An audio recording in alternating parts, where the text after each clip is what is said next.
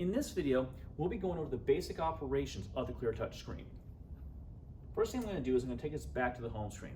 Now, whenever you start up your Cleartouch, this is where you're going to come. Down here, you're going to have 6 different apps that you can choose from. The first one we have is EasyNote. EasyNote is your basic tablet app. It allows you to draw, write on the screen. It also allows you to save it to the Cleartouch, anything you've written. And those saved files are going to go to your Finder. Your Finder is your files app. Now, Cleartouches don't have a lot of memory to them. I think this one only has about 8 gigabytes. So you can't save a lot of things to it.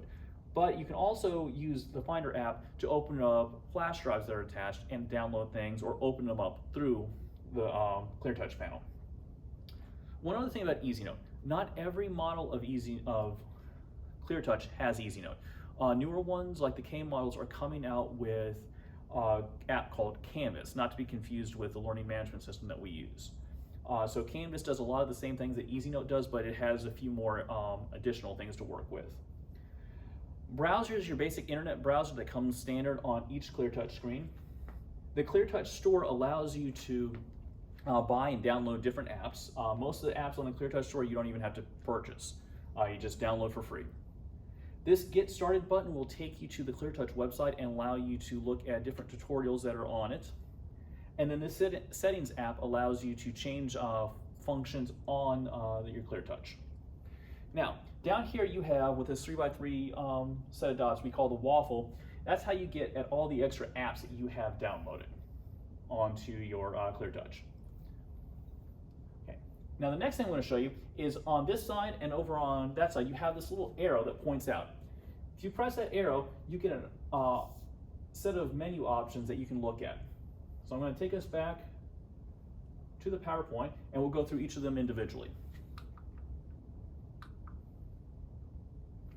So on the K models, because you don't have a back button, okay, you'll have to access it through the side panel. Okay, this is also available, as you can see, on the U models as well. The home button, same thing for the K models. It's not down here, so you'll have to get it through the sides. This next one, the app selection, as you saw earlier, allowed me to look at the different apps I had open and choose one to pull up. With this app selection process, though, you can also check things and delete them.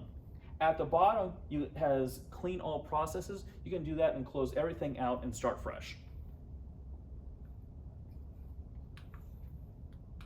This next one allows you to access EasyNote just by clicking on the side there.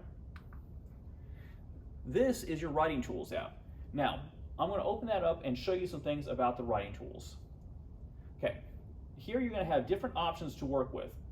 The first one, pull it down here, if you click, it allows you to choose your different color to write in. And you can just write whatever you want, make shapes, however you like it. This is your highlighter. Just like the Pen app, you can click it till you get a color you like, and then you can proceed to highlight. The Sweep button cleans everything off. Now, if you had something written on here that you liked what you done and you wanted to save it for later, you can save it and it will go to the Finder app, okay, as a screenshot.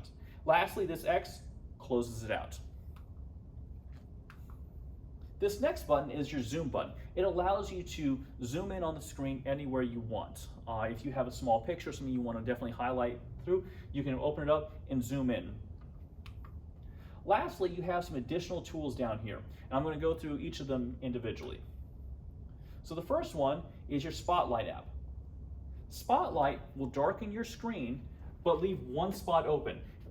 You can move it around to highlight certain things you want your students to pay attention to. You can also expand or shrink the screen, the visible area as you need it. Next up, you have a countdown timer.